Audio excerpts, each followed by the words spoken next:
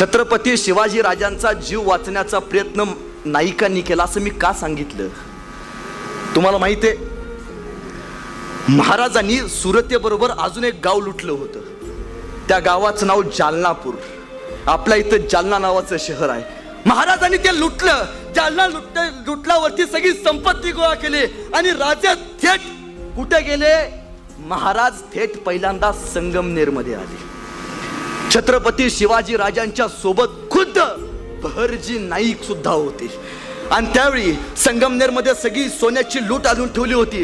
पण खबर महाग कळाली, महाराजांनी जालना लुटलाय. सगळं सैनिक माघारी आलं. महाराजांना पकडायला एकदम कवचित पकडलं. आता काय गेले?